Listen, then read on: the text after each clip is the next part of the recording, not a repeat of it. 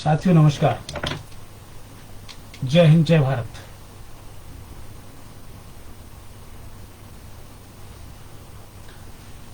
नमस्कार साथियों, जय हिंद, जय भारत।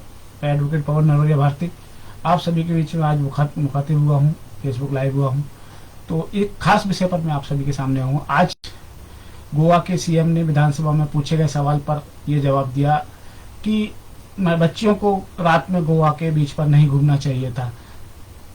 क्या मैं ये पूछना चाहता हूँ गोवा के सीएम से कि जो गोवा एक ऐसी प्लेस है जिसे हम सभी जानते हैं हमारे देश में कि लोग वहाँ पर छुट्टियां बिताने जाते हैं, लोग वहाँ पर घूमने फिरने जाते हैं, लोग वहाँ पर अपनी आज़ादी से दो पल जीना चाहते हैं, अपनी दौड़ भाग की जिंदगी से दो पल जीना चाहते हैं। तो क्या वहाँ पे ये जो वहाँ का जो कल्चर है, वहाँ की जो वेशभूषा है, उसके हिसाब से वहाँ का जो रहन सहन है, क्या वहाँ पे पूछ के जाना चाहिए?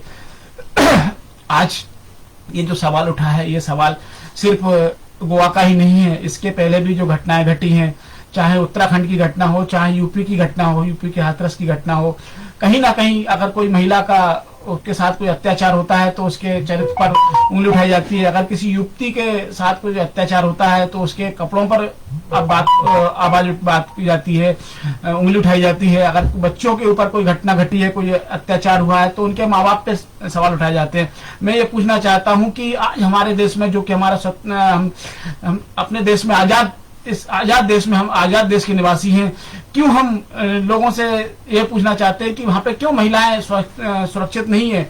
जिस देश का प्रधानमंत्री, जिस देश का गृह मंत्री ये बात को बोलते नहीं थकता है कि बेटी बचाओ बेटी पढ़ाओ, तो उस देश में ही आज अपनी देश की बच्चियां, देश की महिलाएं, माँ बहन बेटी सुरक्षित नहीं है। मैं एक बार फिर पूछना चाहता हूँ हमारे देश के प्रधानमंत्री मोदी जी से, देश के गृह मंत्री अमित शाह जी से और देश की सबसे बड़ी पार्टी भारतीय जनता पार्टी के राष्ट्रीय अध्यक्ष नड्डा जी से कि ऐसा क्या है आज हमारे देश में बच्चियां, महिलाएं सुरक्षित महसूस नहीं कर रही हैं। कहीं ना कहीं उन्हें ये ऐसा लग रहा है कि हम अपने देश में सुरक्षित नहीं है, हम अपने देश में आजादी से नहीं घूम सकते हैं। आज इन पर सवाल उठाए जाते हैं कि रात में अगर ड्यूटी करने वाली महिलाओं के साथ आके एकांत में अगर कुछ घटना घटती है तो उनको बोला जाता है कि रात में ड्यूटी क्यों करती हैं, दिन में क्यों नहीं करती? अगर दिन में घटना घटती है तो कुछ और सवाल हो जाते हैं।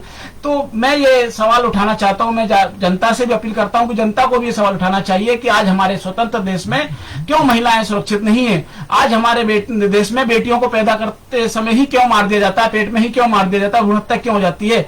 ये एक बहुत बड़ा सवाल है। मैं सभी से बोलना चाहूंगा कि इसके लिए सवाल उठना चाहिए, आवाज उठना चाहिए और देश के सीएम से, देश के गृह मंत्री से ये सवाल उठना चाहिए। और हमें ये बोलना चाहूंगा कि उन्हें अपने गोवा के सीएम से तुरंत इस्तीफा मांगना चाहिए। प्रबोध सामंत जी जो तुरंत इस्तीफा दें।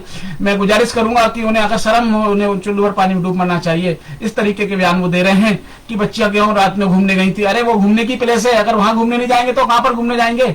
आप बताइए हमें। तो मैं बार बार कहना चाहूंगा कि ऐसी शर्मनाक बयान देने से पहले आपको 10 बार सोचना चाहिए था। ऐसे व्यक्ति को सीएम क्या ऐसे किसी भी पद पर नहीं रहना चाहिए। और हमारे देश में इतनी सारी जो घटनाएं घट रही हैं महिलाओं के लिए, आज महिलाओं के लिए देश में आम देशवासियों को आत्मचिंतन का समय है। कैसे लोगों को सत्ता सौंप दी है हमने। बात सिर्फ दो बच्चों गोवा प्रदेश की नहीं है, बात है घटिया मानसिकता की।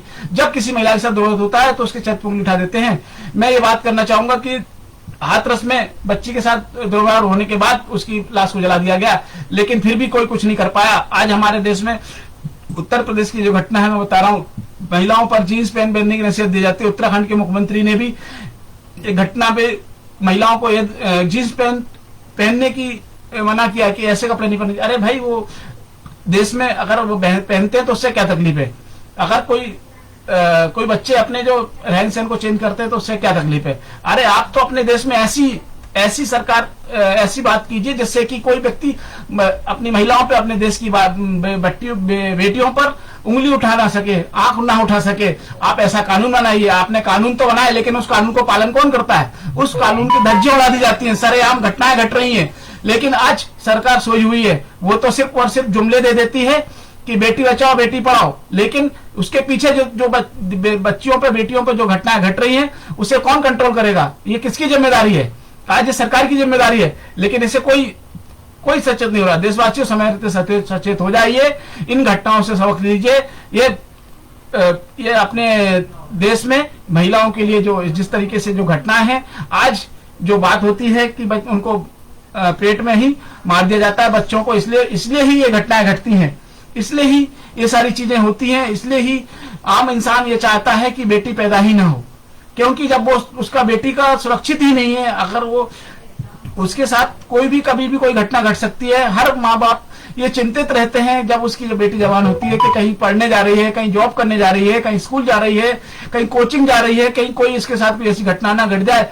लेकिन मैं कहना चाहूंगा देशवासियों कि आज सरकार से, आज पुलिस प्रशासन से भी मैं ये अपील करूंगा कि ऐसी दहशत क्यों नहीं है लोगों में कि वो डरे, सभी को एक तरीके से देखें और उन्हें ये देखें कि हमारे देश की माँ बहन बेटी हैं, इन्हें पूरी सुरक्षा मिलना चाहिए और इनके लिए कानून को फिर से रिवाइज करने की आवश्यकता है।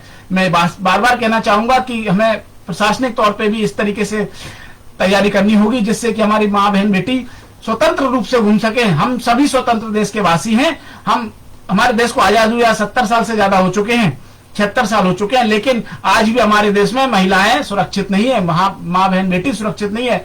मैं पूछना चाहूंगा हमारे देश के मुख्यमंत्री से, हमारे देश के प्रधानमंत्री जी से, मैं पूछना चाहूंगा देश के गृह मंत्री जी से कि ऐसा क्यों है, क्यों आज भी आपके कानून बनाए जाने के, फास्ट ट्रैक कानून बनाए जाने के बाद, दिल्ली की घटना के बाद, होने के बाद भी, इतने सारे कानून बनने के बाद भी क्यों आज महिलाएं सुरक्षित नहीं है, क्यों बच्चियां सुरक्षित नहीं है, क्यों छोटी छोटी बच्चियों को अपने हवस का शिकार बनाया जाता है।